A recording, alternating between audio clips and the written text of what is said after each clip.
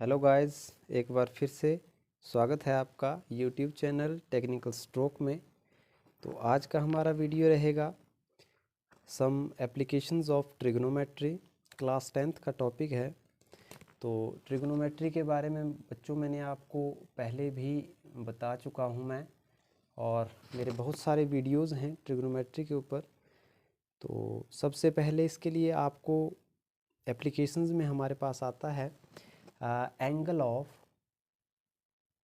Elevation.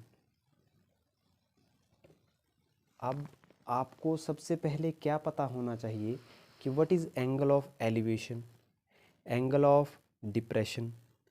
ठीक है, तो सबसे पहले आपको हॉरिजॉन्टल प्लेन का पता होना चाहिए। ठीक है, ये हमारे पास कोई ए बी है, हॉरिजॉन्टल प्लेन। ए पोजीशन के ऊपर सपोज यहाँ पे मैं खड़ा हूँ और मैं एक बिल्डिंग के टॉप पोजीशन पे देख रहा हूँ। ये मेरे पास कोई बिल्डिंग है, ठीक है, सी इसका टॉप है। तो यहाँ से मैं ऊपर की ओर देख रहा हूँ, दैट मीन्स ए सी मैंने लाइन ड्रॉ की, तो ये क्या हुई, लाइन ऑफ साइट। ठीक है, और ये जो लाइन ऑफ साइट है ये हॉरिजॉन्टल के साथ एक एंगल फॉर्म कर रही है, इसको मैंने नाम दे दिया थीटा। इसकी वैल्यू हमारे पास 30 डिग्री भी हो सकती है, 45 भी हो सकती है, हमें कोई पता नहीं। ठीक है, तो this angle is known as angle of elevation. जब हम नीचे से ऊपर की ओर देखेंगे, किसी बिल्डिंग के टॉप पे देखेंगे या किसी टावर के टॉप पे देखेंगे, तो जो एंगल बनेगा वो क्या होगा, एंगल ऑफ एलिवेशन। अब बात आती है एंगल ऑफ डिप्रेशन की। एंगल ऑफ डिप्रेशन जो होगा वो नीचे की तरफ देखने से जो एंगल बनेगा, आपने याद रखना है एलिवेशन क्या होता है, ऊपर की तरफ, और डिप्रेशन क्या हुआ, नीचे की तरफ। तो जैसे मैं यहाँ पे कोई बिल्डिंग है उसके टॉप फ्लोर पे खड़ा हूँ, इस पोजीशन पे खड़ा हूँ, ये मेरे पास कोई बिल्डिंग है, ठीक है, तो मैं इसके टॉप पोजीशन पे खड़ा हूँ और उसके मैं बिल्कुल बॉटम में देखता हूँ। दैट मीन्स मैं यहाँ से सी की तरफ देख रहा हूँ, तो ए सी जो लाइन हुई वे क्या हुई मेरे पास, लाइन ऑफ साइट। और लाइन ऑफ साइट ने हॉरिजॉन्टल के साथ, ये भी हमारा क्या हुआ, हॉरिजॉन्टल के साथ जो एंगल फॉर्म किया वो हुआ थीटा। और जो एंगल फॉर्म हुआ थीटा वो क्या होगा, एंगल ऑफ डिप्रेशन। हमेशा आपने बच्चों ये दो चीज़ें आपने याद रखनी है, angle of depression and angle of elevation. और लाइन ऑफ साइट का पता आपको होना चाहिए। तो आइए करते हैं फर्स्ट क्वेश्चन, जिससे आपको ज़्यादा क्लियर होगा। तो क्वेश्चन है, a circus artist climbing rope of 20 metre. Rope की जो हमारे पास लेंथ है वो 20 मीटर है, जिसको टाई किया गया है from the vertical pole of ground. तो आइए फिगर ड्रॉ करते हैं। मेरे पास पोल है, ठीक है, उसके साथ एक रोप को टाई किया गया है। ठीक है, ये मेरे पास 20 मीटर की कोई रोप है, ये मेरे पास पोल है ए बी, और if angle made by rope is 30 degree. ये मेरे पास दो चीज़ें मेरे पास गिवन हैं, एक तो रोप की लेंथ और एक एंगल। और ए बी की जो हाइट है वो मुझे फाइंड आउट करनी है, तो इसे मैं एक्स मान लेता हूँ, एक्स मीटर। ठीक है, डायमेंशन लगाने आपने नहीं भूलने हैं। तो वी नो मेरे पास हाइपोटेन्यूज दिया गया है, तो एक बार फिर रिमाइंड करवाऊंगा, पंडित बद्री प्रसाद हर हर बोले। ठीक है, मेरे पास हाइपोटेन्यूज गिवन है, परपेंडिकुलर की वैल्यू फाइंड आउट करनी है। तो क्या मैं कर सकता हूँ, जी हाँ बिल्कुल कर सकता हूँ। In right angle triangle A B C we know sine theta is equal to perpendicular upon hypotenuse, x upon 20 is equal to sine theta, theta की वैल्यू 30 डिग्री, और साइन 30 डिग्री की वैल्यू होती है हमारे पास 1/2। ठीक है, 1/2, तो ये आएगा हमारे पास x इक्वल्स टू 10 मीटर। ठीक है, तो साइन 30 डिग्री जो मैंने एक वीडियो डाला है जिसमें सारे की सारी जितनी भी ट्रिग्नोमेट्रिक हमारी आइडेंटिटीज़ हैं, sine theta, cos theta, tan theta, cot theta, secant theta and cosecant theta. उनकी वैल्यूज़ आपने कैसे याद रखनी है वो टेबल मैंने वीडियो में बताया है, और उस वीडियो का जो लिंक है वो डिस्क्रिप्शन में आपको मिलेगा। तो आइए करते हैं next question. Question is a tree breaks due to storm. कोई एक पेड़ है जो तूफान की वजह से टूट जाता है। तो डायग्राम में साथ साथ में बनाता जाऊंगा। एंड द ब्रोकन पार्ट, जो पार्ट टूटा, touch is the ground, ground को टच किया, making an angle of 30 degree, ground के साथ टच होके जो एंगल बनाया इसने वो बनाया 30 डिग्री। ठीक है। And the distance between the foot of tree, यहाँ पे ट्री है, फुट है यहाँ पे ट्री का, to the point where top touches, और जहाँ पे टॉप टच कर रहा है इन दोनों पॉइंट्स का जो डिस्टेंस है वो हमारे पास 8 मीटर का है। ठीक है। और हमें क्या बोला गया है कि find the height of tree. ठीक है। तो ये भी ट्री है, ये ट्री का ब्रोकन पार्ट है, दैट मीन्स इसे हम x मान लेंगे, इसे y मान लेंगे। हाइट ऑफ ट्री क्या होगी, x प्लस वाई। अगर मेरे पास x और y दोनों की वैल्यू आती है तो मैं ऐड करूँगा और हमारा आंसर होगा। ठीक है।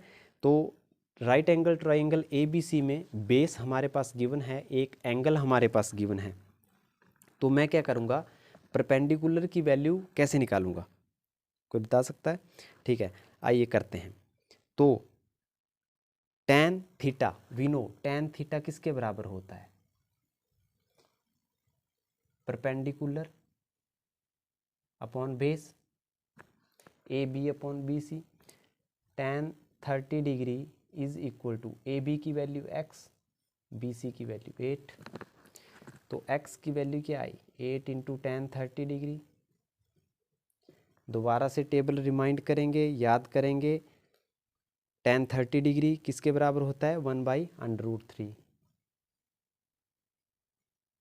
ठीक है। तो हमारे पास क्या, x की वैल्यू क्या आई, 8/√3 मीटर। तो ऐसे ही सेम y के लिए मैं क्या करूँगा, परपेंडिकुलर मेरे पास आ चुका है, हाइपोटेन्यूज मैंने निकालना है, तो मुझे किसका क्या फार्मूला लगाना पड़ेगा, sine 30 degree, that means sine theta is equal to perpendicular upon hypotenuse. Perpendicular की वैल्यू मुझे पता है। ठीक है। और ये मेरे पास जो है वो साइन 30 डिग्री की वैल्यू भी मुझे पता है। तो ये मेरे पास आएगा 16/√3 मीटर।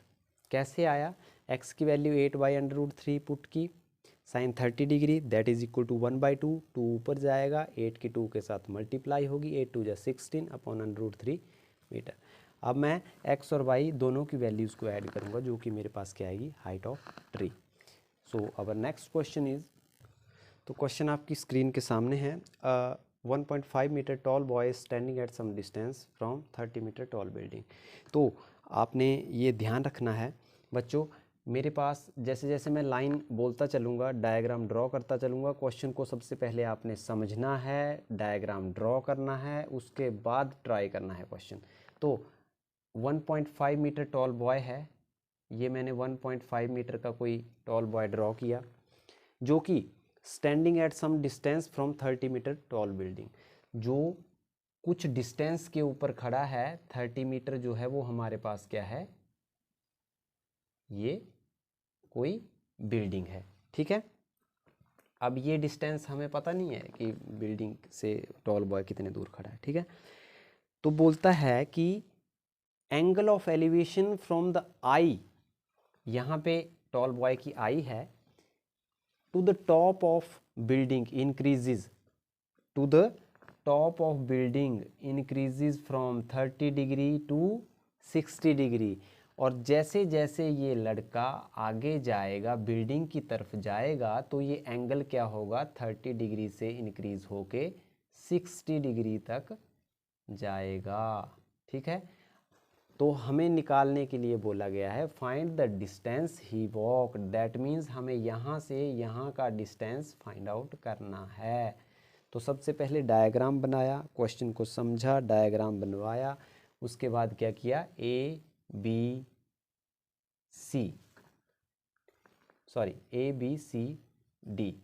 इसके बाद यहाँ पे E।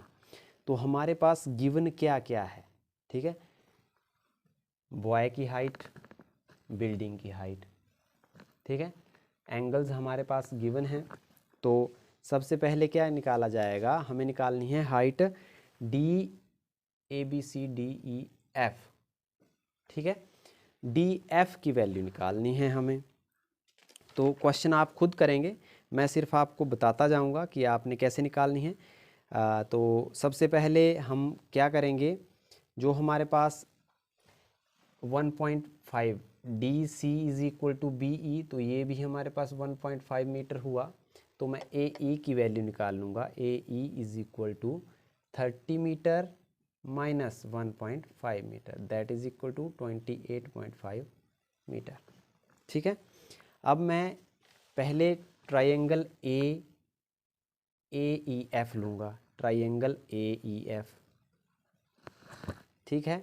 यहाँ पे मेरे पास क्या गिवन है, A E is equal to 28.5 metre and theta is equal to 60 degree, ठीक है। तो यहाँ से मेरे पास किसकी वैल्यू निकलेगी, ई एफ की वैल्यू निकलेगी। कैसे निकलेगी ई एफ की वैल्यू, मैं क्या करूँगा, यहाँ से फॉर्मूला लगाऊंगा tan थीटा का। tan थीटा किसके बराबर होता है, perpendicular upon base, perpendicular A E upon base E F, that means tan 60 degree is equal to A E 28.5 upon E F. tan 60 degree की वैल्यू हमें पता है और ये हमारे पास ई एफ जो है वो आ जाएगा, ठीक है। उसके बाद ट्रायंगल ए ई डी, अब मैं सेकंड ट्रायंगल, राइट एंगल जो ट्रायंगल है ए ई डी लूँगा। वहाँ पे भी क्या करूँगा, tan 30 degree, that means tan theta is equal to perpendicular upon base, ठीक है। वहाँ से मेरे पास किसकी वैल्यू आएगी, डी ई की वैल्यू आएगी, ठीक है। डी ई की वैल्यू आ गई, दो वैल्यूज़ मेरे पास आ गई, तो मैं क्या डी एफ की वैल्यू नहीं निकाल सकता, जी हाँ बिल्कुल निकाल सकता हूँ। डी एफ की वैल्यू कैसे निकलेगी, D F is equal to D E minus E F, ठीक है। और वो हमारा आंसर होगा। मैथ्स जितना आप करेंगे उतना ज़्यादा आएगा, मेरा करवाने का यही एक मोटो रहता है कि आप खुद से ट्राई करें। अगर नहीं आता है तो कमेंट बॉक्स में कमेंट करके लिखें, आपको जो उसका पूरा का पूरा जो प्रोसीजर है विद आंसर मिलेगा, ठीक है बच्चों। तो एक लास्ट क्वेश्चन और करते हैं। क्वेश्चन कुछ इस प्रकार से है, क्वेश्चन गिवन है from a point on ground angle of elevation of bottom, ठीक है। हमारे पास कोई पॉइंट है ग्राउंड के ऊपर, ठीक है। तो एंगल ऑफ एलिवेशन, तो एंगल ऑफ एलिवेशन जो ऑब्जर्वर है हमारा वो इस पॉइंट पे है, ठीक है। And top of transmission tower, tower है हमारे पास जो कि किसके ऊपर फिक्स किया गया है, 20 मीटर जो है वो हमारे पास एक बिल्डिंग है 20 मीटर, उसके टॉप के ऊपर जो है वो फिक्स किया गया है, ठीक है। तो एंड एंगल ऑफ एलिवेशन जो हमारे पास दे रखे हैं, वो दे रखे हैं हमारे पास 45 degree and 60 degree, that means one angle is 45 and other angle is 60 degree. तो जो टावर की जो हाइट है वो मैं मान लेता हूँ h, ठीक है। तो हमें जो है वो पूरी हाइट निकालनी है 20 प्लस h, ठीक है। तो सबसे पहले हम क्या करेंगे, ए बी सी डी, ठीक है, नाम दे दिए। अब ट्रायंगल लेंगे, फर्स्ट ऑफ ऑल हम ट्रायंगल ए बी डी लेंगे, उसके बाद ट्रायंगल ए सी डी लेंगे। ट्रायंगल ए बी डी में क्या निकाला, ए बी डी में हमारे पास एंगल रहेगा 45 डिग्री, तो tan 45 degree is equal to किसके बराबर होगा, perpendicular upon base A B upon A D, ठीक है। इससे हमारे पास किसकी वैल्यू निकलेगी, इससे हमारे पास निकलेगी ए डी की वैल्यू, ए डी की वैल्यू निकल गई, ठीक है। मुझे नहीं पता कितनी आएगी, आप खुद निकालेंगे, ठीक है।